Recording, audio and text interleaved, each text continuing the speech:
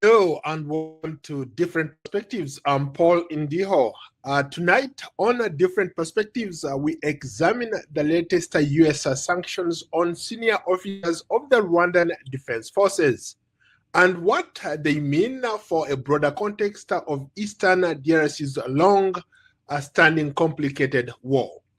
Washington has sanctioned top RDF officials, including Army Chief of Staff Vincent Nyakarundi, over Rwanda's alleged support for M23 rebellion operating inside the Democratic Republic of Congo. This is a significant diplomatic step, but to understand whether this changes anything, we have to look back, go beyond the headlines, and at least try to get some kind of context. Look at it from the historical, the economic, and security arguments that are driving this conflict. And that takes us to one place called Lubaya. Lubaya is a mining town in northern Kivu. On the surface, looks like many other small towns within eastern DRC, but its rugged terrain, red earth makeshift structures make it strategically perfect. It sits on one of the most important critical minerals in the world today. And we are talking about coltan. The area produces a substantial share of global coltan, a mineral essential for smartphones, computers, advanced electronic systems, renewable energy systems, and defense technologies. Control over Lubaya is not just symbolic.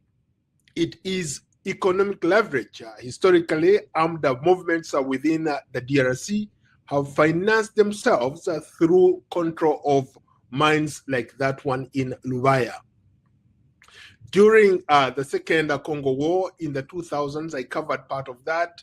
I've been following the Congo story. Rebel groups, including RCD Goma, relied heavily on minerals that were coming out of that region to sustain themselves militarily. Conflict and commerce became intertwined. Today, critics argue that we are seeing a modern version of that model. M23 controls the territory near the key mining areas around Rubaya. Those places are like heavily fortified in a sense that there are so many militia, also many roadblocks even going to some of those places to access those minerals. You and I, as ordinary people, can't just access those places. You need clearance from the top, either the rebels themselves or even government, because you have all sorts of interests in that part of the countries. International observers and UN experts repeatedly raised concerns about illicit mineral flows crossing into Rwanda. Take, for example, Rwanda is on the cutting edge of being one of those countries that sells these minerals on the international market. You go to the Middle East, you go to any city in the European capitals, right here in Washington, D.C., chances are that you're going to run into some of those minerals that come directly from Rwanda. So the question tonight is, where does Rwanda get these minerals?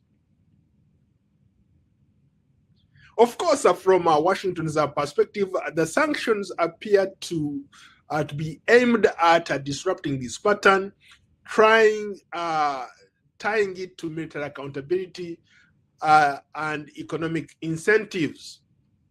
Now, let's break it down. Let's look at it for what it is, especially these sanctions that we are talking about. Firstly, the present shift in tone. For many years, Rwanda was widely viewed in Western capitals as the post-genocide success story. Very disciplined, they are hard on corruption, development-oriented. President Kagame flies to all these Western capitals. Some people have called him the darling of the West. This is important for context. But sanctioning senior military officials narrows that diplomatic space. Secondly, sanctions signal deterrence. The United States is effectively saying that cross-border support for armed groups will carry consequences. For context or for perspective, M23 is not the only rebel movement operating in that region. There are over 100 plus rebel movements operating in that region, different militias. You have government interests, you have government officials who are interested in some of those areas. You have those rebels who also have, interest in those areas. And you have other competing external and internal forces competing for the same resources in Rubaya. Symbolically and politically, that matters. But this is another side. Kigali, on the other hand, has rejected those accusations, calling them, in some cases, politically motivated. They have denied any arguments to suggest that they command and control M23. They have categorically denied any involvement in that part of DRC. Rwanda argues that its security in Eastern DRC concerns are legitimate, particularly regarding the presence of the FDLR, a militia with roots linked to perpetrators of the 1994 genocide. From another Rwandan perspective, Eastern Congo has long been a source of cross-border insecurity. Kigali, of course, maintains that Kinshasa has failed to neutralize armed groups hostile to Rwanda fully. So that's why, to some extent, they're involved in what's been going on in that region and supporting M23 rebels. So, given that context, the sanctions are seen not as accountability, but as pressure that overlooks Rwanda's security.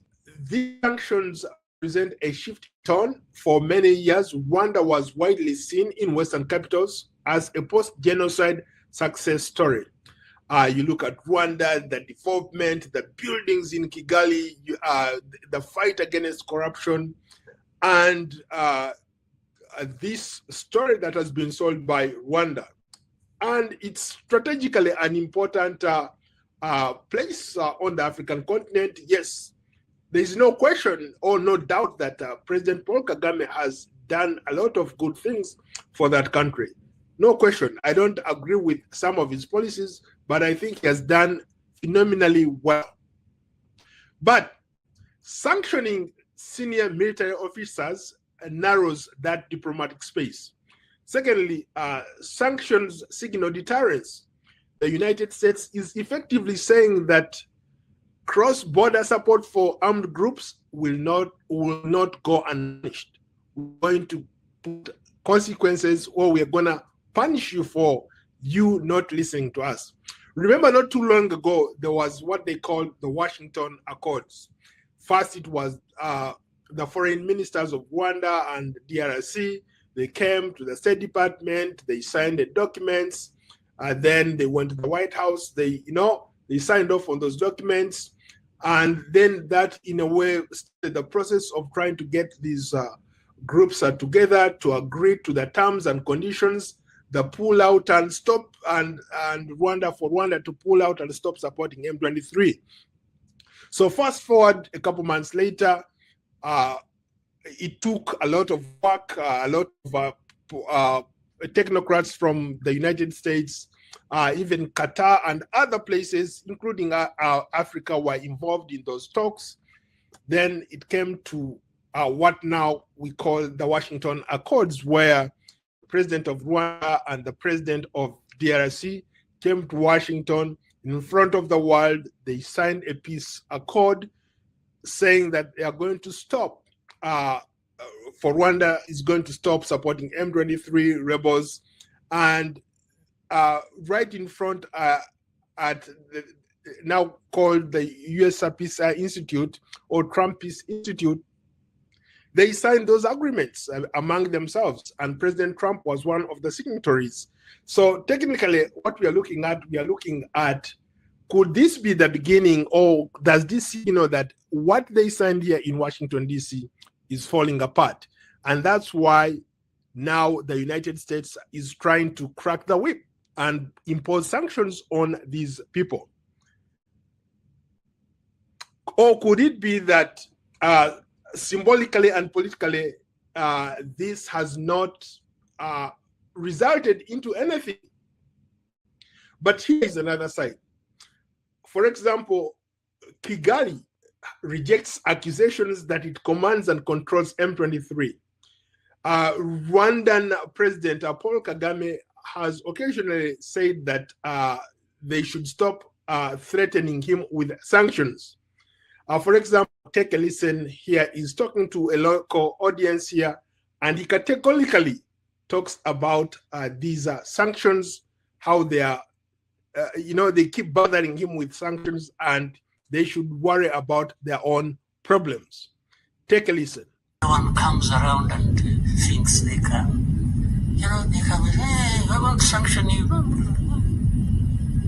What? Go to hell. Just go to hell.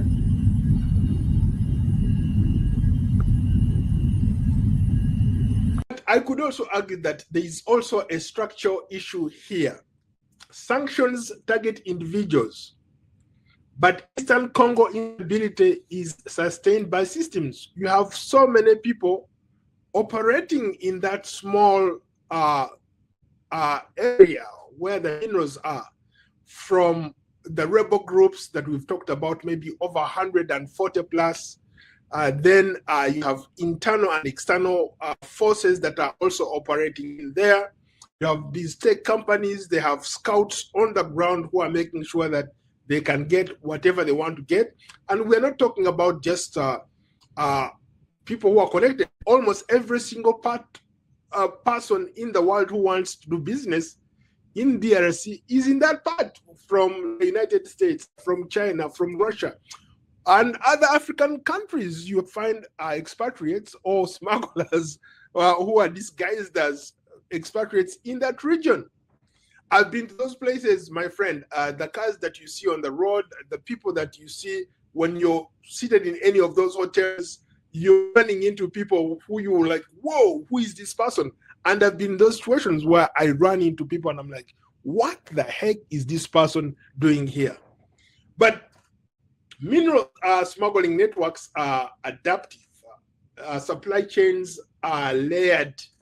And if coltan continues to flow through informal structures, armed actors will continue to compete for control of that region. So Rubaya illustrates clearly, if the economic incentives remain intact, pressure on individuals may not dismantle the financial architecture of the conflict. So meanwhile, civilians continue to bear the cost. The displacement in northern Kivu is apparent. It remains very, very high. The last time I was there, you had over like 1 million people internally displaced because of the ongoing fighting. These rebels come and attack them. They have to flee, or they take everything or get killed. So you have a lot of internal fighting as well for people trying to get some of these areas. For families on the ground, the sanction debate is very distant.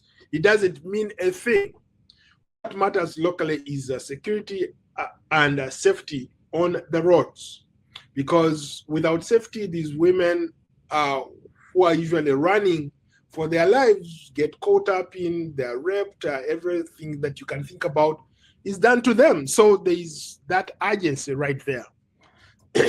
And through talking to people, they talk about transparency. They want that money gotten from the minerals to go and make a difference, do something for those people who are enduring or who are living in those scenarios, who bear the brunt of the war. So Where does this leave us? The US sanctions mark a serious escalation in diplomatic posture, but they acknowledge that mineral corridors like Lubaya are central to the conflict. But the deeper question remains, can external pressure reshape incentives that are fundamentally and economically or security driven? I don't think anybody can answer that. So what we need to focus on, structural reform, including mineral traceability, like what they did for when there was this whole campaign about blood diamonds.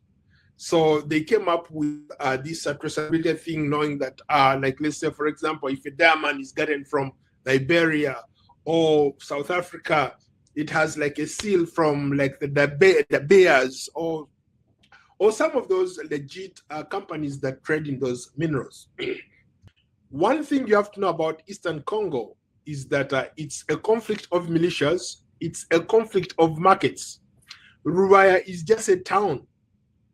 It is a strategic intersection between local survival, regional rivalry, and global demand. And at the end of the day, these sanctions change nothing, absolutely nothing. And that's my perspective for today. For ongoing coverage and in-depth analysis, stay with Ndiho Media across YouTube, Instagram, X, LinkedIn, Facebook, Thread, Blue Sky, and other social media platforms. If you appreciate this kind of conversations or independent reporting, support our work, feel free to send us your donation via PayPal, Cash App, Zelle, or subscribe to our social media platforms. Become a paid member for premium access to all the content that we produce. Obviously, your donation will help us research, stream, produce, and maybe hire some people to bring you more stories about Africa and what really matters to you. Follow, share, like, and subscribe to us on YouTube, X, Facebook, Instagram, TikTok, LinkedIn, Spotify, and Substack. I'm Paul Ndiho. This is a different